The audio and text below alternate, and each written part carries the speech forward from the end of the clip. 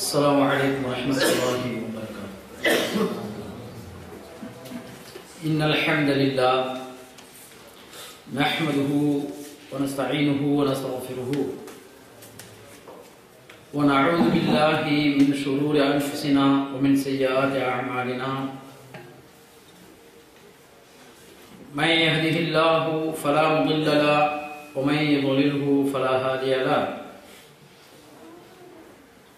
وأشهد أن لا إله إلا الله وحده لا شريك له وأشهد أن محمدا عبده ورسوله أرسله الله بالهدى ودين الحق ليظهره على الدين كله ولو كره المشركون. اللهم صل على محمد وعلى آل محمد كما صليت على إبراهيم وعلى آل إبراهيم إنك حميد مجيد.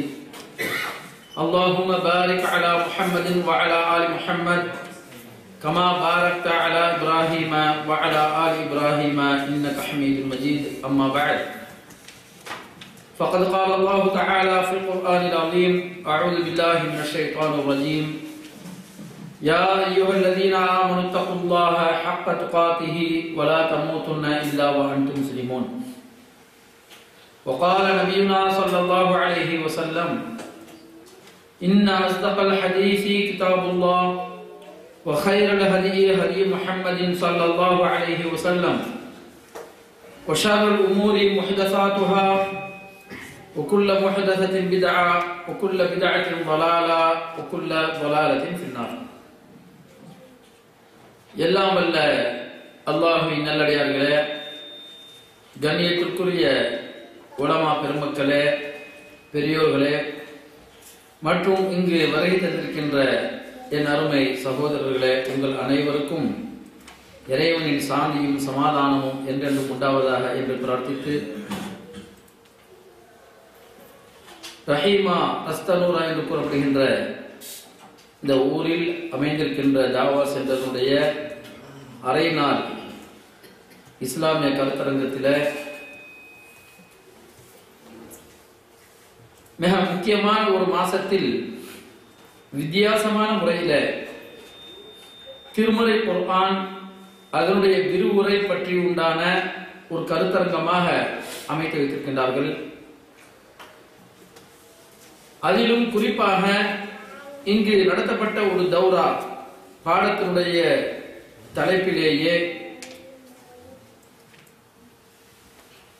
அல்லாஹ் ஜல்ல ஷானுஹு தஆலா அவனால் அருளப்பட்ட 114 அத்தியாயங்களுக்கும் விரிவுரை செய்ய முடியாது ஒரு குறிப்பிட்ட நேரத்தில்.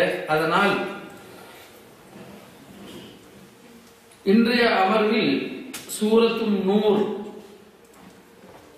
அந்த நூரை பற்றி உண்டான விரிவுரைகள், அந்த விரிவுரைகளுடைய விளக்கங்கள், அந்த நூறிலே இருக்கக்கூடிய ஒரு குறிப்பிட்ட 3 வசனங்கள், இவைகளுக்கெல்லாம் விளக்கமளிக்கக்கூடிய முறையில இந்த அமர்வை ஏற்பாடு செய்திருக்கிறார்கள். இந்த அமர்வின் வாயிலாக நாம் அறிகின்ற தகவல்கள் மூலமாக நமது வாழ்வில எல்லா அம்சங்களிலேயும் செயல்படுத்தி இம்மையிலேயும் மறுமையிலேயும் வெற்றி பெற வேண்டும் என்கின்ற ஒரு உயரிய நோக்கத்தை ஏற்படுத்திக் கொள்ள உங்களை தாழ்மையோடு கேட்டுக்கொள்கின்றேன். அல்லாஹ்வின் நல்லடியார்களே, சூரத்துன் நூர், நூர் என்கின்ற அத்தியாயம், நூர் என்ற அத்தியாயத்திற்கு நூர் என்று பெயர் வர காரணம் என்ன? குர்ஆனில் 114 அத்தியாயங்களிலே எனக்கு தெரிந்து 2 அத்தியாயங்கள் மட்டும்தான் அந்த அத்தியாயங்களுடைய பெயரிடப்பட்ட அந்த பெயர் அதில் இடம்பெற்றிருக்காது. சூரத்துல் ஃபாத்திஹா, ஃபாத்திஹா என்ற அத்தியாயத்தில் ஃபாத்திஹா என்ற வார்த்தை இடம்பெற்றிருக்காது. சூரத்துல் இஹ்லாஸ், இஹ்லாஸ் என்று கூறப்படுகின்ற குல் ஹுவல்லாஹு அஹத் அந்த அத்தியாயத்தில் இஹ்லாஸ் என்று பெயர் இடம்பெற்றிருக்காது. இது போக ஏனைய எல்லா அத்தியாயங்களிலேயும் எந்த பெயர் கூறப்பட்டிருக்கிறதோ அந்த பெயர் அந்த அத்தியாயத்தில் இடம்பெற்றிருக்கும். அதனை பற்றி உண்டான விரிவுரைகள் அந்த அத்தியாயத்தில் கூறப்பட்டிருக்கும்.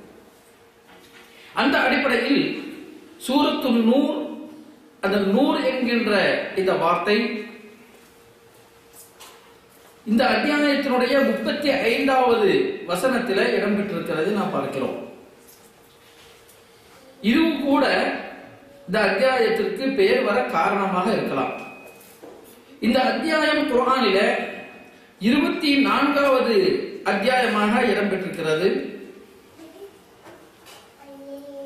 இந்த அத்தியாயத்தில் ஏன்னா இந்த சூரத்து நூரை பற்றியே சொல்லணும் அப்படின்னு கூறப்பட்டிருக்கிறதுல அறிமுகம். அறிமுகம் அப்படின்னு சொன்னா ஒருவரை பற்றி அறிமுகப்படுத்துகிற போது அவருடைய உயரம், நிறம் எல்லாத்தையும் சொல்றோம் இல்லையா? அது மாதிரி தான் இந்த அத்தியாயத்தினுடைய வசனங்கள் 64 வசனங்கள் இருக்கிறது. இது சூரத்துல் ஹஷ்ர் என்கின்ற அத்தியாயத்திற்கு பிறகு அல்லாஹ் ஜல்ல ஷானஹு தஆலா இந்த சூரத்துன் நூரை இறக்கி இருக்கின்றான். குர்ஆனில் இடம்பெறுகின்ற அனைத்து அத்தியாயங்களும் இரு பிரிவாக பார்க்கப்படும். மக்கி, மதனி என்று. மக்கி என்றால் மக்காவை சார்ந்தது, மதனி என்றால் மதீனாவை சார்ந்தது. இது பேர் வர காரணம், மக்கி மதனி என்று பேர் வர காரணம், ஹிஜ்ரத்திற்கு முன்பு நபி ஸல்லல்லாஹு அலைஹி வஸல்லம் அவர்களுடைய 53 வயதிற்கு முன்பு, நுபுவத்திற்கு பின்னால் 13 ஆண்டுகள் அருளப்பட்ட அத்தியாயங்களுக்கு மக்கி என்று சொல்வார்கள். நபி அவர்களும் சஹாபா பெருமக்களும் மக்காவை தொடர்ந்து மதீனாவிற்கு சென்ற பிறகு அருளப்படுகின்ற அந்த அத்தியாயங்கள் அது மக்காவிலே இறங்கினாலும் கூட காலத்தால் ஹிஜ்ரத்திற்கு பிறகு அருளப்பட்ட அந்த அத்தியாயங்கள் மதனி என்று அழைக்கப்படும். இந்த கோணத்தில் சூரத்துன் நூர் என்பது மதனியை சார்ந்தது. ஹிஜ்ரத்திற்கு பின்பு அருளப்பட்ட வசனங்களாக இவை இருக்கின்றது. இன்னும் இந்த அத்தியாயம் குர்ஆனில் இடம்பெறுகின்ற அனைத்து அத்தியாயங்களுக்கும் ஒரு வித்தியாசமான முறையில இது ஆரம்பமாக இருக்கிறது என்பதையும் காண்பிக்கின்றது. அல்லாஹ் ஜல்ல ஷானஹு தஆலா இந்த அத்தியாயத்தை ஆரம்பிக்கின்ற போது இந்த சூராவை, அத்தியாயம் என்றால் சூராவை ஆரம்பிக்கின்ற போது சூரத்துன் அன்ஸல்னாஹா வ ஃபரதுனாஹா என்று சூரா தான் அந்த சூராவை ஆரம்பிக்கும் போது சூரா என்று கூறுகின்றார். சூரத்துன் அன்ஸல்னாஹா. குர்ஆனில் எந்த அத்தியாயமும் எந்த சூராவும் ஆரம்பிக்கப்படுகின்ற போது சூரா என்கின்ற வார்த்தை வராது. ஆனா உள்ளுக்குள் வரும். இது போன்ற அத்தியாயத்தை, இது போன்ற சூறாவை கொண்டு வர முடியுமா? சவால் விடுவான் அல்லாஹ். இது போன்ற சில வசனங்களை உங்களால் கொண்டு வர முடியுமா என்று முஷ்ரிக்கீன்களுக்கு சவால் விடுவான். ஆனால் சூரா என்று ஆரம்பித்ததே கிடையாது. எந்த அத்தியாயமும் 114 அத்தியாயத்துல இந்த சூரத்து நூரை தவிர எந்த அத்தியாயமும் ஆரம்பிக்கப்பட்டது கிடையாது. அதற்கு விளக்கம் தருகின்ற முஃபஸ்ஸிரீன்கள், விளக்க உரையாளர்கள் கூறுகிறார்கள், சூரத்துன் என்பதற்கு அல்லாஹ் சொல்லக்கூடிய வார்த்தை ஒரு கட்டிடம், வசிப்பிடம் அல்லது பாதுகாப்பான இடம், இவைகளுக்கு அரண்கள் இருப்பதை போன்று அந்த அரண்களுக்கு பெயர் சூர் என்று சொல்வார்கள். சுவர்ங்கிறோம் இல்லையா தமிழ்ல, 4 பக்கம் சுவர் அப்படிங்கிறோமே, அந்த சுவர் என்கின்ற வார்த்தை தான், அரபி வார்த்தை தான் தமிழாக மாறிவிட்டதோ என்று எண்ண தோன்றுகின்றது. பாதுகாப்பான இடம் என்று அர்த்தம். ஒரு ஊருக்கு சுவர் என்பார்கள். எல்லையை வகுக்கக்கூடிய ஒன்றுக்கு சுவர் என்று அரபியிலே சொல்வார்கள். இந்த அடிப்படையில் சூரத்துன் என்றால் அல்லாஹ் ஜல்ல ஷானஹு தஆலா இந்த அத்தியாயத்தின் மூலமாக மனித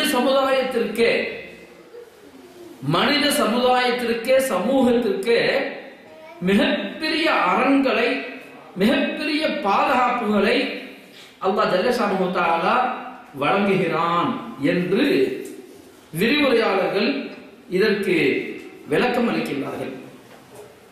எந்த அடிப்படையில நாம் பார்க்கிறோம்?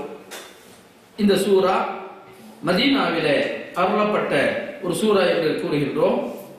மதீனாவிலே அருளப்பட்ட காரணத்தினால இந்த சமுதாயம், இஸ்லாமிய சமுதாயம் சூழ்நிலை மாறி வரக்கூடிய ஒரு கட்டம். இப்ப நம்முடைய சமுதாயம் இருக்கு பாருங்க, ஏற்றத்தாழ்வான ஒரு சமுதாயம். உலக வாழ்க்கையே மேடு வெல்லும் அப்படிங்கிறோம். ஒரு காலகட்டத்தில் ஆட்சி அதிகாரத்தோடு இருக்கக்கூடிய அந்த சமுதாயம் பல 40-50 ஆண்டுகள் ஆட்சி செய்த அதிகாரம் மிக்க பதவி உள்ளவர்கள் எல்லாம் இன்று காணாமல் போகின்றார்கள். சில காலகட்டங்கள் ஒன்றுமே இல்லாமல் இருந்தவர்கள் எழுச்சி பெறுகிறார்கள் இல்லையா? அதுபோன்று 13 ஆண்டுகள் நபிகள் ஸல்லல்லாஹு அலைஹி வஸல்லம் அவர்கள் இந்த இஸ்லாமிய சமுதாயத்தில் மிக கடுமையான சித்திரவதைகளுக்கு உள்ளானார்கள். சஹாபா பெருமக்கள் மதீனாவிற்கு வருகின்றார்கள். மக்காவிலிருந்து மதீனாவிற்கு வருகின்ற போது சூழ்நிலையே அப்படி மாறுகின்றது. இப்ப மதீனாவுடைய அந்த சூழ்நிலையில இந்த வசனங்கள் எல்லாம் இறங்குகிறதே, அப்போது மதீனத்து வாசிகள் அவர்களுடைய வாழ்க்கை தராதரங்கள் எப்படி இருந்தது அப்படின்னு சொன்னா, பொதுவாக மதீனத்து பெண்கள் அவர்களுடைய வாழ்க்கையை அல்லாஹ் ஜல்லஷானஹு தஆலா இங்கே சுட்டி காட்டுகின்றான். ஏனென்றால் மக்காவிலிருந்து புறப்பட்ட முஹாஜிரீன்கள் எல்லாம் வறுமையிலே, கஷ்டத்திலே பெரும்பாலானோர் இருந்தார்கள். மதீனாவிற்கு சென்ற போது அங்குள்ள பெண்கள் செழிப்பாக இருந்தார்கள், வளமாக இருந்தார்கள். இந்த இடத்தில் அல்லாஹ் ஜல்லஷானஹு தஆலா சூராவை, சூரத்து நூரை அருள்வதற்குண்டான காரணத்தை, சபபுன் நுஸூல் என்று சொல்வார்கள். இந்த சூராவை அருள்வதற்குண்டான காரணம் பெயர் வைப்பதற்கல்ல, ஏன் இந்த சூரா இறங்கியது என்பதற்கு விளக்க உரையாளர்கள் இதனை தருகின்றார்கள். என்ன சொல்கின்றார்கள் என்றால், அல்லாஹ் ஜல்லஷானஹு தஆலா மனித சமுதாயத்தை நேரான பாதையிலேயும் செம்மையான வழியிலேயும் அவர்கள் வாழ வேண்டும் என்பதற்காக, வாழ்க்கை தரத்தை உயர்த்த வேண்டும் என்பதற்காக இந்த அத்தியாயத்தை அருளுகின்றான். என்ன நிகழ்கிறது அப்படின்னு சொன்னா, மதீனாவுல விபச்சாரம் கொடிகட்டி பறக்கிறது. சொல்லுவோமா இல்லையா? தமிழ்ல சொல்லுவோம், விபச்சாரம் கொடிகட்டி பறக்கிறதுன்னு சொல்லுவோம். உண்மையிலேயே மதீனாவில இஸ்லாம் வருவதற்கு முன்பு கொடி கட்டி, வீடுகளிலே கொடி கட்டி விபச்சாரம் நடத்தினார்கள். அதில் குறிப்பாக 9 வீடுகளை குறிப்பிட்டு கூறப்படக்கூடிய அளவுக்கு இருக்கிறது. அந்த அளவுக்கு மிக பிரபலியமான விபச்சார விடுதிகள் என்று சொல்லலாம். பெண்கள் வருமானத்தை, அவர்கள் கொழிக்கக்கூடிய செல்வத்தை வைத்திருந்தார்கள் மதீனத்து வாசிகள். அப்போது முஹாஜிரின்களாகிய ஏழைகள், அவர்களுக்கு திருமணம் செய்வதற்குண்டான சக்தி கிடையாது, பொருளாதார நிலை சரியில்லை, உண்பதற்கு கூட சக்தி கிடையாது, பொருளாதாரம் கிடையாது. இந்த சூழ்நிலையில நபி ஸல்லல்லாஹு அலைஹி வஸல்லம் அவர்களிடத்தில் வந்து கேட்கின்றார்கள், யா ரசூலல்லாஹ், நாங்கள் இந்த பெண்களை திருமணம் செய்தால்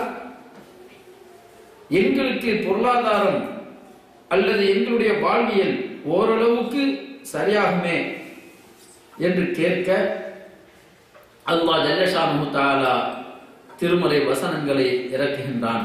சூரத்துன் அன்ஸல்னாஹா வ ஃபரத்னாஹா வ அன்ஸல்னா ஃபீஹா ஆயாத்தின் பையினாத்தின் லஅல்லக்கும் ததக்கரூன் அஸ்ஸானியத்து வஸ்ஸானி என்கின்ற ஜினா, விபச்சாரத்தை பற்றி வல்ல நாயன் அல்லாஹ் ஜல்லஷானஹு தஆலா கடுமையாக எச்சரிக்கை செய்து, وحرم ذلك على المؤمنين முஃமின்களுக்கு முஸ்லிம்களுக்கு என்னையும் நபிகள் ஸல்லல்லாஹு அலைஹி வஸல்லம் அவர்களை விசுவாசித்தவர்களுக்கு இந்த விபச்சாரம் தடுக்கப்பட்டிருக்கிறது, ஹராமாக இருக்கிறது என்று அல்லாஹ் ஜல்ல ஷானுஹு தஆலா இந்த அத்தியாயத்தினுடைய ஆரம்பமே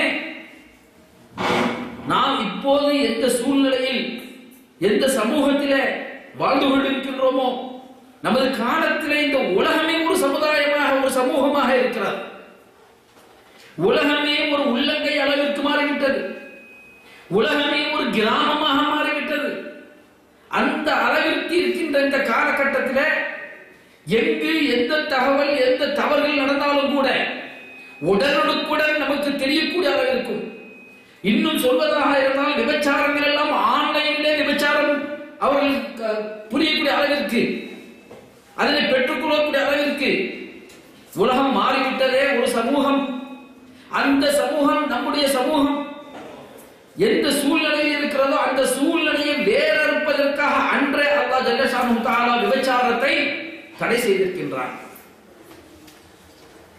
ஒரு சமூகத்தை சீர்திருத்த வேண்டும் என்றால், ஒரு சமூகம் அது நல்ல ஒரு சமூகமாக மாற வேண்டும் என்றால் முதலாக ஆண் பெண் பாலர்களுடைய பாலியல் அந்த பலாத்காரங்கள், அந்த விபச்சாரங்கள், கற்பழிப்புகள் இவைகள் நீங்க வேண்டும் என்றுதான் அல்லாஹ் ஜல்ல ஷானுஹு தஆலா சமூகத்தை வழிநடத்துவதற்கு இந்த ஒரு அத்தியாயம் கையிலே எடுத்திருக்கின்றது. இதுதான் இந்த சூரத்து நூறுடைய பெரும்பாலான வசனங்கள் சமூகம் எவ்வாறு நிலைபெற வேண்டும் என்பதற்குண்டான அத்தியாயமாக இருக்கிறது. சமூகம் மட்டுமல்ல, குடும்பவியலிலே உங்களுடைய வாழ்க்கை எப்படி அமைய வேண்டும் என்பதை எடுத்துக்காட்டக்கூடிய வசனங்கள் நிரம்பவே இருக்கின்றது. அது மட்டுமல்ல, தனி மனிதனுடைய வாழ்க்கை எவ்வாறு அமைய வேண்டும், இப்படி ஆக மொத்தத்தில் மனித சமுதாயத்திற்கு ஒரு சரியான பாதையை காட்டக்கூடிய, அவருடைய ஒழுக்கவியலை, அவருடைய பழக்க வழக்கங்களை இஸ்லாமிய கோணத்திலே வைப்பதற்காக அல்லாஹ் ஜல்ல ஷானுஹு தஆலா இந்த சூராவை இறக்கி இருக்கின்றான். பொருளாதார அடிப்படையில் நாம் காண முடிகின்றது. அதற்கும் சில வசனங்கள் இருக்கிறது இந்த அத்தியாயத்தில். அது மட்டுமல்லாமல் சமூகத்தில் எவ்வாறு விபச்சாரம் கொடிகட்டி பறக்கிறதோ அதே போன்று இன்னொரு விபச்சாரம், ஊடக விபச்சாரம், அந்த விபச்சாரத்தையும் இந்த அத்தியாயம் கண்டிக்கின்றது. அல்லாஹ்வின் நல்லடியார்களே, விபச்சாரத்தை பற்றி நாம் சொல்வதாக இருந்தால் நபிகள் பெருமானார் ஸல்லல்லாஹு அலைஹி வஸல்லம் அவர்கள் அந்த சமூகத்தை எவ்வாறு திருத்தி அமைத்தார்கள். விபச்சாரம் கொடிகட்டி பறந்ததே, அந்த நேரத்தில் சில சஹாபாக்கள் விபச்சாரத்திற்கு அனுமதித்திருக்கின்றார்கள். நபி ஸல்லல்லாஹு அலைஹி வஸல்லம் சொன்னார்கள், உன்னுடைய தாயோடு, உன்னுடைய தங்கையோடு, உன்னுடைய மகளோடு இவ்வாறு அடுக்கிக் கொண்டே போகிறார்கள். இவர்களோடு விபச்சாரம் செய்தால் நீ ஏற்றுக்கொள்வாயா? ஒரு ஆன்மீக தலைவர், ஒரு மார்க்கத்தை இறைவனுடைய தூதர், தாய் தந்தை மகள் என்று விபச்சாரம் புரிவதற்கு இவ்வாறு கேட்கின்றாரே என்ற எண்ணத்தோடு அவர் கூறுகின்றார், யா ரசூலல்லாஹ், எவ்வளவு பெரிய பாவம் இது, கேவலமான விஷயம் அல்லவா என்று கேட்க ஸல்லல்லாஹு அலைஹி வஸல்லம் சொன்னார்கள், நீ யாரை விபச்சாரம் செய்ய வேண்டும் என்று நினைக்கின்றாயோ அந்த பெண் ஒருவருக்கு தாயாக இருப்பாள், அல்லது ஒருவருடைய தங்கையாக இருப்பாள், அல்லது எவளுக்காவது ஒருவள் மகளாக இருப்பாள். அந்த தந்தை, அந்த சகோதரன், அவனுடைய கணவன் ஏற்றுக்கொள்வானா என்று நபிகள் ஸல்லல்லாஹு அலைஹி வஸல்லம் அவர்கள் மென்மையான முறையிலேயும் விபச்சாரத்தை தடுத்தார்கள். அது மட்டுமல்லாமல் அல்லாஹ் ஜல்ல ஷானுஹு தஆலா விபச்சாரத்திற்கு கடுமையான தண்டனையை கொடுக்கின்றான். விபச்சாரத்திற்கு வலியுறுத்தக்கூடிய சில காரியங்களும் அங்கே நிகழ்ந்தது. வலா துக்ரிஹூ ஃபதயாத்திக்கும் அலல் பிகா, அல்லாஹ் ஜல்லஷானஹு தஆலா இந்த நூறிலே இந்த அத்தியாயத்திலே 33ஆம் வசனத்திலே குறிப்பிடுகிறார். விபச்சாரத்திற்கு அவர்கள் வற்புறுத்தினார்கள். அந்த மக்கள் யாரெல்லாம் சுதந்திர புருஷராக இருந்தார்களோ அவர்கள் தங்களுடைய வீட்டில் இருக்கக்கூடிய பணியாட்களை, பணிப்பெண்களை, அடிமைகள் என்று சொல்வோமே, இவர்களை விபச்சாரத்திற்கு நிர்பந்தம் செய்தார்கள். அந்த நிர்பந்தம் செய்யப்பட்ட பெண்களிலே 2 பேர் இஸ்லாத்தை ஏற்றுக்கொண்டார்கள். சுப்ஹானல்லாஹ். இஸ்லாத்தை ஏற்றுக்கொண்ட அந்த பெண்கள், நாங்கள் விபச்சாரத்திற்கு உடன்பட மாட்டோம், வஹுர்ரிம ذلك على المؤمنين, முஃமின்களுக்கு அல்லாஹ் ஜல்லஷானஹு தஆலா இதனை தடையாக, ஹராமாக ஆக்கி இருக்கின்றான் என்று அந்த பெண்கள் சொல்ல, அல்லாஹ் ஜல்லஷானஹு தஆலா இந்த வசனத்தை இறக்குகின்றான். வலா துக்ரிஹு ஃபதயாத்திக்கும் அலல் பிகா. சுப்ஹானல்லாஹ். இந்த காலத்தில் இருக்கக்கூடிய விபச்சார உலகத்திலே இருக்கின்றோமே, இந்த உலகம், இதிலே இஸ்லாம் இந்த அத்தியாயத்தை மக்களுக்கு தகவல்களாக பரப்பினால் எத்தனையோ விஷயங்கள் நம்ம பரப்புறோம். தேவையில்லாத விஷயங்கள் ஃபேஸ்புக்னு பார்க்கிறோம், அல்லது வாட்ஸ்அப்னு சொல்றோம், என்னென்னமோ ஊடகங்கள் இருக்கிறத, இந்த ஊடகங்கள்ல வரக்கூடிய செய்திகள்லாம் பார்க்கிறோம். மார்க்க ரீதியாக கூட இருக்காது, மக்களை ஒரு சந்தோஷப்படுத்தணும் அப்படிங்கிற ஊடக விஷயங்கள் நம்ம பார்க்கிறோம்.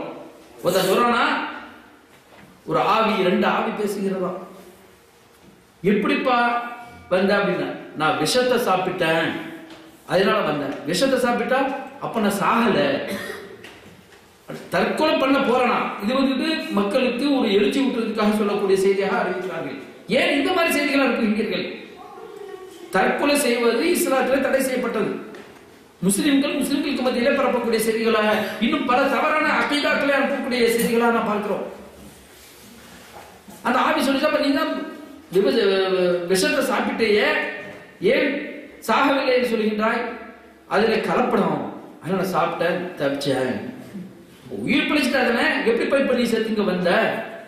அந்த விஷத்தை சாப்பிட்டதுக்கு மருந்து தந்தாங்க, அந்த மருந்துல கலப்படம் போட்டான், நான் செத்துட்டேன். விஷத்துல கலப்படம் போட்டான் தப்பிச்சுட்டானா, மருந்துல கலப்படம் போட்டானா செத்துட்டானா? அப்ப இந்த மாதிரி செய்திகளை அனுப்புறதுனால மக்களுக்கு என்ன ஒரு கிடைக்கின்றது? கண்ணியத்திற்குரிய சகோதரர்களே, நீங்கள் அனுப்புவதாக இருந்தால் குர்ஆனுடைய வசனங்களை அனுப்புங்கள். மொழிபெயர்ப்புகள் இருக்கிறது, பல மொழிகளிலே அனுப்புங்கள், தமிழிலே அனுப்புங்கள், ஆங்கிலத்திலே அனுப்புங்கள். சூரத்து நூர் விபச்சாரம் ஏற்படுகின்ற, விபச்சாரம் நடக்கின்ற எத்தனையோ மாநிலங்கள், எத்தனையோ ஊர்கள், எத்தனையோ கிராமங்கள், அவைகளுக்கு அந்த மக்களுக்கு நீங்கள் அனுப்புங்கள்.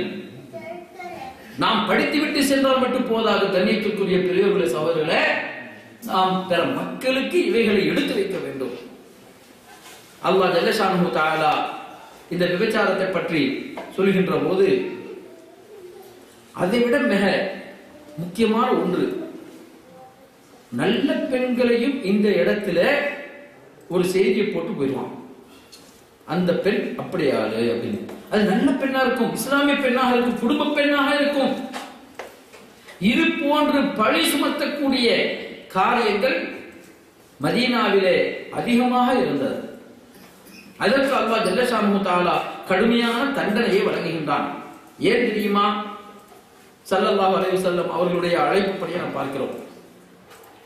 மக்காவிலே இருக்கின்ற போது செய்த அழைப்புப்படி பல சோதனைகளுக்கு மத்தியிலேயும் வெற்றி கொண்டு மதீனாவிற்கு வருகிற போது அழைப்புப்படி வெற்றி கொண்டு வருகிற போது இவர்களோடு நாம் சிந்தனை போர்தான் செய்ய முடியும் என்று யகூதிகள் நினைத்தார்கள். நேரடியாக எதிர்த்து வெற்றி கொள்ள முடியாது. இப்போது எப்படி சிந்தனை போர் நடக்கின்றதோ, சிந்தனை போர் அப்படின்னு சொன்னா நானும் அந்த அளவுக்கு படிச்சு சிந்திக்கக்கூடிய அளவுக்கு இல்லை நீங்க நினைப்பீங்க. சிந்தனை போர் மனிதனுடைய சிந்தனைக்கு அவன் என்ன பண்றான்? இச்சைகளை ஊட்டி விட்டாராம், ஆசைகளை ஊட்டி விட்டாராம், மோசடிகள் எப்படி செய்யணுங்கிறத ஊட்டி விட்டாராம். இதுதான் சிந்தனை போர். கலாச்சாரத்தை மாற்றிவிட்டு வருகின்றான். நாம் எந்த கலாச்சாரத்தோடு, இஸ்லாமிய கலாச்சாரத்தோடு, சமூக கலாச்சாரத்தோடு நாம் வாழ்கின்றோமோ அந்த கலாச்சாரத்தை சீரழிப்பது தான் சிந்தனை போல். அந்த நிலை இப்போது இருக்கின்ற இந்த நிலையை இவ்வாறு இருக்கிறது என்றால் ஸல்லல்லாஹு அலைஹி வஸல்லம் அவருடைய காலத்துல ரசூலுல்லாஹி ஸல்லல்லாஹு அலைஹி வஸல்லம் அவர்களை கூட விட்டுவிடவில்லை. நபி ஸல்லல்லாஹு அலைஹி வஸல்லம் அவர்கள் ஸைனப் பின்த் ஜஹ்ஷ் ரலியல்லாஹு தஆலா அன்ஹா அவர்களை திருமணம் செய்கிறார்கள். உடனே அந்த யஹூதிகள் நபி அவர்கள் மகனுடைய மனைவியை திருமணம் செய்து விட்டார் என்று ஒரு பொய்யை புழுகி விடுகின்றார்கள். மகனுடைய மனைவி மருமகளை திருமணம் செய்து விட்டார். ரசூலுல்லாஹி ஸல்லல்லாஹு அலைஹி வஸல்லம் அவர்கள் ஸைத் அவர்களை வளர்ப்பு மகனாக வளர்த்தார்கள். வளர்ப்பு மகனுக்கு திருமணம் செய்து வைத்தார்கள். அந்த வளர்ப்பு மகனுடைய திருமணத்தை ஸைனப் அவர்கள் ஏற்றுக்கொள்ளவில்லை. விவாகரத்து வாங்கினார்கள். விவாகரத்துக்கு பிறகு ஸைனப் அவர்களை நபி ஸல்லல்லாஹு அலைஹி வஸல்லம் அவர்கள் திருமணம் செய்தார்கள். இதனை அல்லாஹ் ஜல்ல ஷானுஹு தஆலா மா கான முஹம்மதுன் அபா அஹதின் மின் ரிஜாலிக்கும் வலாக்கின் ரசூலுல்லாஹி வ காதமன் நபிய்யீன் சூரத்துல் அஹ்ஸாப் 40வது வசனத்தில் அல்லாஹ் ஜல்ல ஷானுஹு தஆலா சொல்லி காட்டுகின்றானே, நபி அவர்கள் யாருக்கும் தந்தையாக இருந்ததில்லை. இந்த ஸைத் பெற்றெடுத்த தந்தை அல்ல. நபி ஸல்லல்லாஹு அலைஹி வஸல்லம் வளர்ப்பு மகன், அவருடைய தந்தை வேறு யாரோ. எனவே ஸைனபை முடித்தது இஸ்லாத்தின் அடிப்படையிலே சரியானது என்று சொன்னார்கள். ஆனாலும் யாருடைய உள்ளத்திலே நோய் இருக்கிறதோ, சொல்வார்களே யாருடைய உள்ளத்திலே கள்ளக்கபடுகள் இருக்கிறதோ, நபி ஸல்லல்லாஹு அலைஹி வஸல்லம் மீது தவறான எண்ணம் இருக்கிறதோ, அவர்களுக்கு எப்படி இருக்கும்? சரிதான், நபி அவர்கள் முகமது பொம்பளை பொறுக்கி என்கின்ற அளவிற்கு அவங்க பேச ஆரம்பிச்சார்கள். இப்ப அந்த சூழ்நிலை இருக்குது. இப்போ உள்ள ஊடகங்களை பாருங்களேன், தாவா செய்யக்கூடிய ஊடகங்களாக இருக்கட்டும், இஸ்லாமிய அழைப்புகளை செய்யக்கூடிய ஆன்லைன்களாக இருக்கட்டும், ஒருவரை பிடிக்கல அப்படின்னு சொன்னா ஒண்ணு அந்த யஹூதிகள் செய்வதை போன்றுண்டான பொருளாதார மோசடியை அங்கு போடுவாங்க. இல்லை என்றால் பெண்களோடு இணைத்து பேசக்கூடிய யஹூதிகளுடைய இந்த கைங்கர்களாகிய முனாஃபிக்குகளுடைய அந்த செயல்பாடுகளை அவர்கள் செய்வதைத்தான் நாம் பார்க்கின்றோம். இதுதான் ஊடக விபச்சாரம் என்று சொல்கின்றோம். கண்ணியத்திற்குரிய பெரியவர்கள் அவர்களே, நபி ஸல்லல்லாஹு அலைஹி வஸல்லம் அவர்கள் மீதே இந்த ஊடகத்தை தவறாக பயன்படுத்தியவர்கள் இந்த யஹூதிகள். அவருடைய மகளையும் விட்டு வைக்க, அவருடைய மனைவியையும் விட்டு வைக்கவில்லை. உம்முல் முஃமினீன் ஆயிஷா சித்திகா ரலியல்லாஹு தஆலா அன்ஹா அவர்கள் மீது பல அவதூறுகளை கூறினார்களே, அந்த விஷயமும் தாங்கிய சூரா தான் இந்த சூரா ஹதீஸுல் இஃப்க் என்று சொல்வார்கள். இட்டுக்கட்டப்பட்ட செய்திகள். இவைகளையும் அல்லாஹ் ஜல்ல ஷானுஹு தஆலா உம்முல் முஃமினீன் ஆயிஷா அவர்கள் மிக சிறந்தவர்கள், நல்லவர்கள், அவர்களுக்கும் இந்த செய்திகளுக்கும் எந்த ஒரு தொடர்பும் கிடையாது என்று கூறினான் அல்லாஹ் ஜல்ல ஷானுஹு தஆலா. அல்லாஹ்வின் நல்லடியார்களே, இப்படி ஊடகவிய தவறான காரியத்திற்கு கூட இந்த அத்தியாயம் நமக்கு அழகிய பண்பாடை, அழகிய வழிமுறையை நமக்கு காட்டி தருகின்றது.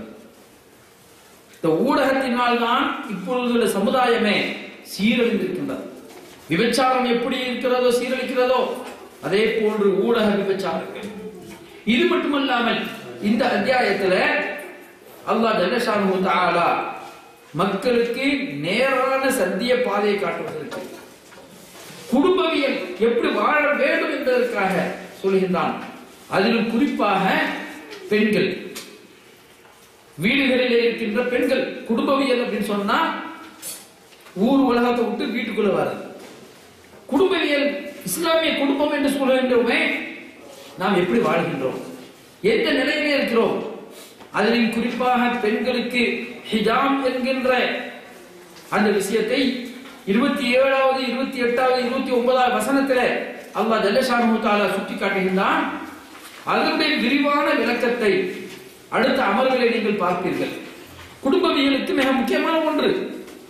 அது மட்டுமல்லாமல் அல்லாஹ் ஜல்ல ஷானுஹு தஆலா உங்களுடைய வீடுகளில் இருக்கின்ற போது உங்களுடைய குழந்தைகள் நீங்கள் தங்குகின்ற அறைகளுக்கு வருவதாக இருந்தாலும், நீங்கள் படுத்திருக்கின்றீர்களே, உங்கள் மனைவியோடு படுத்திருக்கின்றீர்களே, அந்த மனைவியினுடைய அறைகளுக்கு வருவதாக இருந்தாலும், அதாவது உங்களுடைய குழந்தை தன்னுடைய தாய் தந்தையினுடைய அறைகளுக்கு வருவதாக இருந்தாலும் எப்படி வர வேண்டும் என்று திருமறை குர்ஆன் கற்றுத் தருகிறது. சாதாரண பச்சை பிள்ளைகளுக்கு சொல்லித் தருகின்ற மாடல்ல அல்லாஹ் ஜல்ல ஷானஹு தஆலா இந்த அத்தியாயத்தை நமக்கு சுட்டி காட்டுகின்றான். ஏன் இதனை சுட்டி காட்ட வேண்டும்? நாம் நம்முடைய வாழ்வியலை பாருங்கள், நம்முடைய குடும்பவியலை பாருங்கள், எப்படி இருக்கிறோம். நாம் மனைவியோடு இருக்கிற போது நம்ம குழந்தை வந்தா சின்ன பிள்ளை தானே, ஒரு 10-12 வயசு வந்த பிறகு என்ன சொல்லுவாங்க, அவனுக்கு என்ன தெரிய போகுது சொல்லி அனுமதிக்கின்றீர்களே, இது எவ்வளவு பெரிய பாவம் என்பதை இந்த அத்தியாயம் நமக்கு சுட்டி காட்டுகின்றார். நம்முடைய பிள்ளை தானே என்று சொல்வீர்கள். நஊது பில்லாஹ், இறைவனுடைய கட்டளைக்கு நாம் மாறாக நடக்கின்ற போது தான் குடும்பத்தில் இருக்கக்கூடிய தகராறுகள், பிரச்சனைகள் இவைகள் எல்லாம் அங்கே தடுமாறுகிறது. அல்லாஹ்வின் நல்லடியார்களே, எந்த ஒரு விஷயமாக இருந்தாலும், குடும்பவியலாக இருந்தாலும் இப்படித்தான் இருக்க வேண்டும் என இந்த இறைமறை வசனம் நமக்கு கற்றுத் தருகின்றது. அது மட்டுமல்லாமல் தனி மனிதனுடைய வாழ்க்கையை பற்றி சொல்வதாக இருந்தால் அல்லாஹ் ஜல்ல ஷானஹு தஆலா எவ்வாறு இந்த அத்தியாயத்தை ஆரம்பம் செய்கின்றானோ அந்த அத்தியாயத்தினுடைய இறுதியிலே நாம் பார்க்கிறோம், நாம் பயபக்தியோடு இறையச்சத்தோடு வாழ வேண்டும். அல்லாஹ் ஜல்ல ஷானஹு தஆலா இந்த அத்தியாயத்தை முடிக்கின்ற போது இவ்வாறு தான் முடிக்கின்றான். நபிகளோடு இருக்கின்ற போது லா தஜஅலு துஆ ar-ரசூல் பைனக்கும் கதுஆஇ பஅதிக்கும் பஅதா قد يعلم الله الذين يتسللون منكم لواذا என்று வல்ல நாயன் அல்லாஹ் ஜல்ல ஷானஹு தஆலா இந்த அத்தியாயத்தினுடைய முடிவுரைக்கு வருகிறான். 63வது வசனம், நீங்கள் அல்லாஹ்வோடு இருக்கின்ற அந்த உடன்பாடு, அல்லாஹ்வோடு எவ்வாறு நாம் தொடர்பு கொள்ள வேண்டும், அல்லாஹ்வுடைய தூதரோடு நாம் எவ்வாறு நடந்து கொள்ள வேண்டும் என்பதனை அல்லாஹ் ஜல்ல ஷானஹு தஆலா இந்த அத்தியாயத்தில் சுட்டி காட்டுகின்றான். அல்லாஹ்வின் நல்லடியார்களே, அல்லாஹ் ஜல்ல ஷானஹு தஆலா ஒன்றை கூறிவிட்டார் என்றால் அதற்கு நான் யார் என்று, என்னுடைய கௌரவம் என்ன, என்னுடைய மதிப்பு என்ன என்று பார்க்கக்கூடாது. இந்த இடத்துல அல்லாஹ்வுடைய கட்டளைக்கு முழுமையாக நாம் கட்டுப்பட்டே ஆக வேண்டும். அது நமக்கு சாதகமாகவும் இருக்கலாம் அல்லது பாதகமாகவும் இருக்கலாம். ஒரு சம்பவத்தை கூறுகின்றேன். உம்முல் முஃமினீன் ஆயிஷா ரலியல்லாஹு தஆலா அன்ஹா அவரை பற்றி இட்டுக்கட்டி வந்த செய்தி, அந்த செய்தியில மிஸ்தாஹ் இப்னு அசாசா என்கின்ற ஒரு சஹாபி, அவரும் முனாஃபிக்கின்களோடு சேர்ந்து அந்த செய்தியை பரப்புகின்றார். மிஸ்தாஹ் யார் என்று சொன்னால் அபூபக்கர் சித்தீக் ரலியல்லாஹு தஆலா அன்ஹு அவர்களுடைய மருமகனார், அக்கா மகன், தங்கை மகன். இவர் பரப்புவது யார் என்றால் தாய் மாமன் என்று சொல்லுவோமே, மாமனாருடைய மகள், மச்சி என்று சொல்வார்கள். அபூபக்கர் அவர்களுடைய மகளை பற்றி உம்முல் முஃமினீன் ஆயிஷா தன்னுடைய மாமன் மகளை பற்றி மிஸ்தாஹ் அவர்கள் செய்தியை பரப்புகின்றார். இந்த மிஸ்தாஹ் அவர்கள் அபூபக்கர் அவர்களுக்கு நெருங்கிய உறவுக்காரர் ஒன்று. இவர் வறுமையிலே வாடக்கூடியவர், இரண்டாவது பாயிண்ட். மூன்றாவது ஹிஜ்ரத்திலே முதன்மையாக வந்தவர். இந்த 3 அந்தஸ்தும் 3 பண்புகளும் இருக்கின்ற காரணத்தினால அபூபக்கர் சித்தீக் ரலியல்லாஹு தஆலா அவர்கள் இவர்களுக்கு வாழ்வாதாரம் செலுத்திக் கொண்டே இருந்தார்கள், செலவுகளுக்கு கொடுத்துக் கொண்டிருந்தார்கள். தன்னுடைய மகளை பற்றி அவதூறு பிரச்சாரம், அதாவது நபி ஸல்லல்லாஹு அலைஹி வஸல்லம் அவர்களுடைய மனைவியை பற்றி, இவர்கள் ஒருத்தரோடு இருந்துவிட்டார் என்ற அந்த கொடுமையான பிரச்சாரம் செய்த போது இவர்கள் அபூபக்கர் அவர்கள் இந்த அளவுக்கு வேதனைப்பட்டிருப்பார்கள். அல்லாஹ் ஜல்லஷானஹு தஆலா உம்முல் முஃமினீன் ஆயிஷா ரலியல்லாஹு அன்ஹா அவர்கள் நிரபராதி, எந்த தவறும் செய்யாதவர்கள், இவர்கள் இட்டுக்கட்டுகின்றார்கள், இட்டுக்கட்டக்கூடியவர்கள் முனாஃபிக்கீன்கள் என்று அல்லாஹ் ஜல்லஷானஹு தஆலா சொல்லி காட்டுகின்றானே. அதற்கு பிறகு அல்லாஹ்வால் நிரபராதி என்று அறிவிக்கப்பட்ட பிறகு அபூபக்கர் சொல்கிறார்கள், இந்த பிஸ்தஹ்னால் நமக்கு எந்த பிரயோஜனமும் கிடையாது. நபி அவர்களுடைய மனைவியை, என்னுடைய மகளை பற்றி இட்டுக்கட்டியவர், இனிமேல் இவருக்கு நான் எந்த ஒரு உதவியும் செய்ய மாட்டேன் என்று சத்தியம் செய்கிறார்கள் அபூபக்கர் சித்திக் ரலியல்லாஹு அன்ஹு.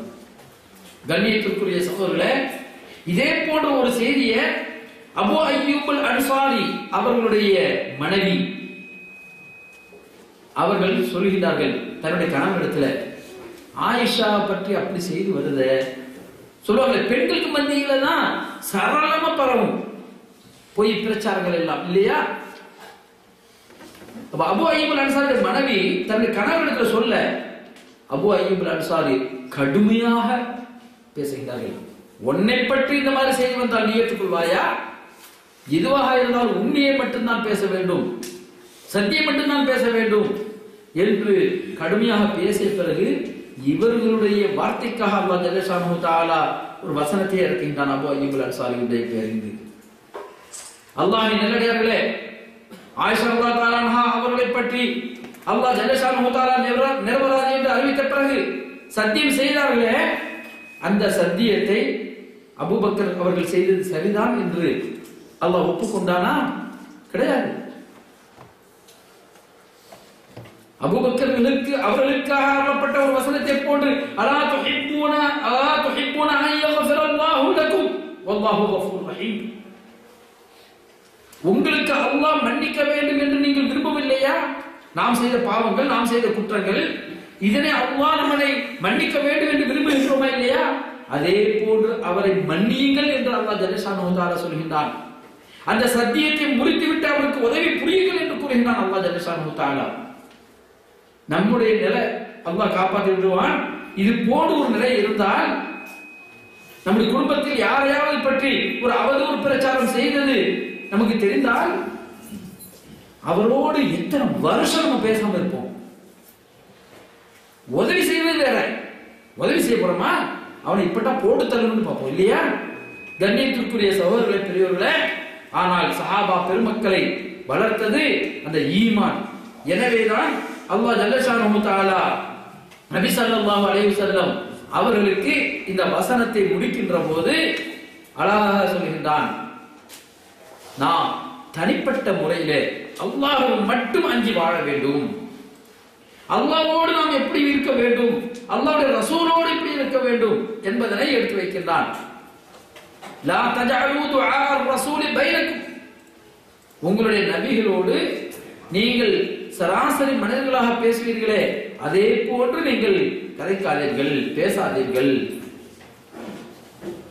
யா முஹம்மத் என்று ஓங்கி சப்தமிட்டு செல்கிற போது நாம் ஒருவரை கூப்பிடுவோமே, அதே போன்று அழைக்காதீர்கள். அவர் இறைவனுடைய தூதர். இது 63வது வசனத்திலே வருகிறது. இதற்கு எடுத்துக்காட்டாக இன்னும் சில மக்கள் 2வது அத்தியாயத்திலே 104வது வசனத்தில் அல்லாஹ் சொல்லி காட்டுகின்றான், யா அய்யுஹல்லதீன ஆமனூ லா தகூலு ராஇனா வகூலு உன்துர்னா. முஹம்மது ஸல்லல்லாஹு அலைஹி வஸல்லம் அவர்களை நாம் எங்களை கவனிக்கக்கூடியவர்களே என்று சஹாபாக்கள் அழைப்பார்கள். ராஇனா, ரிஆயத், கவனிப்பது. ஆனால் முனாஃபிக்கீன்கள் அதனை யஹூதிகள் எப்படி அழைச்சாங்கன்னா, ராஇனா என்பதற்கு ஆடு மேய்ப்பவரே ஒரு அர்த்தம் இருக்கு. ஆடு மேய்ப்பவனே என்று வேறொரு அர்த்தத்துல சொல்லி தங்களுக்குள்ள நமட்டு சிரிப்பு சிரிச்சுக்கிட்டு இருப்பாங்க. முகமது என்ன செய்தோம், கேலி பண்ணிட்டோம், கிண்டல் பண்ணிட்டோம் என்று சிரிப்பார்கள். இதனை அல்லாஹ் ஜல்லஷானஹு தஆலா கண்டிக்கின்றான். லா தகூலு ராஇனா வகூலு உன்துர்னா, எங்களை கவனியுங்கள் என்று சொல்லுங்கள். ராஇனா என்கின்ற வார்த்தையை உபயோகப்படுத்தாதீர்கள். அப்படியானால் யா முஹம்மது சொல்ல முடியுமா? சொல்லக்கூடாது. அல்லாஹ் சொல்லுகின்றான், யா ரசூலுல்லாஹ் சொல்லுங்கள். இன்னும் சத்தம் விட்டு பேசாதீர்கள். உங்களுக்கு மத்தியில சத்தம் விட்டு கூப்பாடு போட்டு பேசுவோமே, அது போட்டு பேசாதீர்கள். யா அய்யுஹல்லதீன ஆமனூ லா தர்ஃபஉ அஸ்வாத்தக்கும் ஃபௌக ஸௌத்தின் நபி. சூரத்துல் ஹுஜராத் 49வது அத்தியாயத்துல 2ஆம் வசனத்தில் அல்லாஹ் ஜல்ல ஷானஹு தஆலா சொல்லி காட்டுகின்றான். இப்படி நபி ஸல்லல்லாஹு அலைஹி வஸல்லம் அவர்களோடு நாம் ஒவ்வொரு மனிதர்களும் ஒவ்வொரு மோமின்களும் எவ்வாறு இருக்க வேண்டும், முழுமையாக கட்டுப்பட வேண்டும். இறுதியாக முடிக்கின்ற போது ஃபல்யஹ்தரில் லதீன யுகாலிஃபூன அன் அம்ரிஹி அன் துஸீபஹும் ஃபித்னத்துன் அவ் யுஸீபஹும் அஸாபுன் அலீம். அந்த வசனத்துல அந்த முஹம்மத் அவர்களுடைய காரியத்துல நீங்கள் மாறு செய்து விடாதீர்கள், அவருக்கு மாற்று வேலைகளை பண்ணிவிடாதீர்கள், முழுமையாக கட்டுப்படுங்கள். ஆனால் நம்முடைய சமுதாயம் நபி ஸல்லல்லாஹு அலைஹி வஸல்லம் அவர்களுக்கு நாம் கட்டுப்படுகின்றோம் என்று கூறிக்கொண்டு அவர்கள் காட்டி தந்த அந்த வழிமுறையிலிருந்து பிறந்து அவரை புகழ்கிறோம் என்று கூறிக்கொண்டு அவர்களுடைய பிறந்த விழா கொண்டாடுகிறோம் என்று கூறிக்கொண்டு இப்படி செய்யக்கூடிய அனைத்தும் உதவி செய்யாட்டாலும் பரவாயில்ல, உபத்திரம் செய்யாதுன்னு சொல்லுவாங்க இல்லையா? அது மாதிரி நீ அதை செய்யவே வேண்டாம், உபத்திரம் ஏன் செய்கின்றாய், மீளாத ஏன் எடுக்கின்றாய், ஏன் மௌலிது ஓதுகின்றாய்? இவைகளுக்கெல்லாம் இஸ்லாத்துல இடமே இல்லை. நபி ஸல்லல்லாஹு அலைஹி வஸல்லம் அவர்கள் காட்டித் தராத வழிமுறையாக இருக்கின்றது. எனவே இவ்வாறு நபி அவர்களுடைய கருத்துகளுக்கு மாற்றமாக நடந்து கொண்டால் ஃபித்னத்துன், உங்களுக்கு சோதனை வருகிறது. சோதனைடா சாதாரண சோதனை நினைச்சிட்டு இருக்கோம். யௌமஹும் அலன்னாரி யுஃப்தனூன் அல்லாஹ் சொல்லி காட்டுகின்றான் சூரத்து ஸாரியாத் 51வது அத்தியாயத்துல அல்லாஹ் ஜல்ல ஷானஹு தஆலா சொல்லி காட்டுகின்ற போது அவர்களை மறுமையில் நரக நெருப்பு கொண்டு சோதிப்போம் என்கின்றான். அந்த ஃபித்னா நரக நெருப்பு. எனவே கண்ணியத்திற்குரிய சகோதரர்களே, பெரியோர்களே, நபி ஸல்லல்லாஹு அலைஹி வஸல்லம் அவர்கள் காட்டித் தந்த வழிமுறையிலே நாம் எவ்வாறெல்லாம் நடக்க வேண்டும் என்றால் சமூக ஒற்றுமையாக, சமூகத்திலே இஸ்லாமிய பண்பாடோடு, சமூகத்திலே நபி ஸல்லல்லாஹு அலைஹி வஸல்லம் அவர்கள் காட்டி தந்த அந்த வணக்க வழிபாடுகளோடு நாம் வாழ வேண்டும். அதே போன்று குடும்பவியல்ல நம்ம வீடுகளில் மனைவி மக்களோடு தாய் தந்தையர்களோடு அல்லாஹ் சொல்லி காட்டினான் அந்த வசனத்தில் லைஸலா அமா ஹர்ஜு வலா அலல் ஆரஜ ஹர்ஜு வலா அலல் மரியம் ஹர்ஜு வலா அலா அன்ஃபுசிக்கும் அன் தஅக்குலு மின் பியூதிக்கும் அவ் பியூத் ஆபாயிக்கும் அவ் பியூத் உம்மஹாத்திக்கும். இப்படி வரிசை அடுக்கின்றான். இந்த வசனங்களை நாம் பார்க்கிற போது குடும்பவியலுக்கும் இந்த அத்தியாயம் நமக்கு ஒரு எடுத்துக்காட்டாக இருக்கிறது. அதே போன்று தனிப்பட்ட மனித முறையிலேயும் தனிப்பட்ட மனிதனுடைய வாழ்வியலையும் ஸல்லல்லாஹு அலைஹி வஸல்லம் அவர்களை முழுமையாக நாம் பின்பற்றி வாழ வேண்டும் என்பதற்கு இது எடுத்துக்காட்டாக இருக்கிறது. இந்த வசனத்துடைய இறுதியிலே அல்லாஹ் ஜல்ல ஷானஹு தஆலா நீங்கள் மறுமையை அஞ்சிக் கொள்ளுங்கள், மறுமையை அஞ்சிக் கொள்ளுங்கள். அந்த மறுமையை அஞ்சிக் கொள்கின்ற போது உங்களுடைய அமல்கள் எல்லாம் காட்டப்படும். யௌம யுர்ஜஊன இலைஹி ஃபயுனப்பிஹும் பிமா அமிலு வல்லாஹு பிகுல்லி ஷைஇன் அலீம். இவை அனைத்தும் மறுமையிலே உங்களுக்கு கேட்கப்படும். நீங்கள் என்னென்ன காரியங்கள் செய்தீர்களோ அவைகள் அனைத்தும் காட்டப்படும், கூறப்படும். செய்தி அதற்காக நீங்கள் அஞ்சி உங்களுடைய வாழ்க்கையை நீங்க இந்த உலக வாழ்க்கையிலே நீங்கள் சீர்திருத்தமாக இருந்து கொள்ளுங்கள். இந்த எச்சரிக்கை குர்ஆனுடைய இறுதி வசனமும் இதே போன்ற எச்சரிக்கை தான். குர்ஆனுடைய கடைசி வசனம் வத்தகு யௌமன் துர்ஜஊன ஃபீஹி இலல்லாஹ்.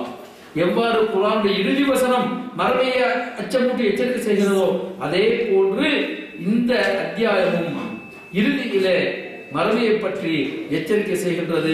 இதனுடைய சிறப்புகளை பற்றி பேசுவதாக இருந்தால் நாம் ஒரே ஒரு சிறப்பு மட்டும் சொல்கின்றோம். ரசூலுல்லாஹி ஸல்லல்லாஹு அலைஹி வஸல்லம் அவர்கள் சொன்ன அந்த செய்தியிலே ஹாக்கிம் அவர்கள் பதிவு செய்யப்பட்ட ஒரு செய்தி, அபூ வாயில் அவர்கள் அறிவிக்கிறார்கள், நானும் இப்னு அப்பாஸ் அவர்களும் இன்னும் என்னோடு இருக்கக்கூடிய ஒரு நண்பரும் பேசிக்கொண்டோம். அல்லாஹ் ஜல்ல ஷானஹு தஆலா சூரத்துன் நூர் அதனை நமக்கு கற்றுத்தந்து அதற்கு விளக்கம் கொடுக்கக்கூடியவர்களாக இப்னு அப்பாஸ் இருந்தார்கள். அவர்கள் சொன்னார்கள், இந்த அத்தியாயம் இதற்கு விளக்கம் கொடுக்கின்ற போது இப்னு அப்பாஸ் அவர்கள் விளக்கம் கொடுக்கின்ற போது என்னோடு இருந்த அந்த சகோதரர் சொன்னார், சுப்ஹானல்லாஹ் மாதா யخرج மின் ரஜுல் ஹாதா ரஜுல் லவ் சமிஅத ஹாதா துருக் லா அஸ்லமத். இந்த அத்தியாயத்தினுடைய விளக்கத்தை துருக்கியர்கள், அப்போது இஸ்லாத்தில் அவங்க இல்லை, இவர்கள் இதனை காதால் கேட்டால் அப்படியே இஸ்லாத்தை தழுவி விடுவார்கள். அந்த அளவுக்கு சமூகங்களை பற்றி விரிவாக அல்லாஹ் ஜல்ல ஷானஹு தஆலா மனிதர்கள் ஒழுக்கத்தோடு எவ்வாறு வாழ வேண்டும் என்பதனை எடுத்து வைக்கக்கூடிய அத்தியாயமாக இருக்கிறது. எனவே இந்த அத்தியாயத்தினுடைய விளக்கங்கள் நாம் திருமறை குர்ஆன், அதே போன்று தர்ஜுமா, இவைகள் மூலமாக நாம் கற்று விளக்கங்களை பெற்று நம்முடைய வாழ்க்கையை சீர்திருத்திக் கொள்வோமாக. வாஃபு தஅவானா அல்ஹம்துலில்லாஹி ரப்பில் ஆலமீன். அஸ்ஸலாமு அலைக்கும் வரஹ்மத்துல்லாஹி வபரகாத்துஹு.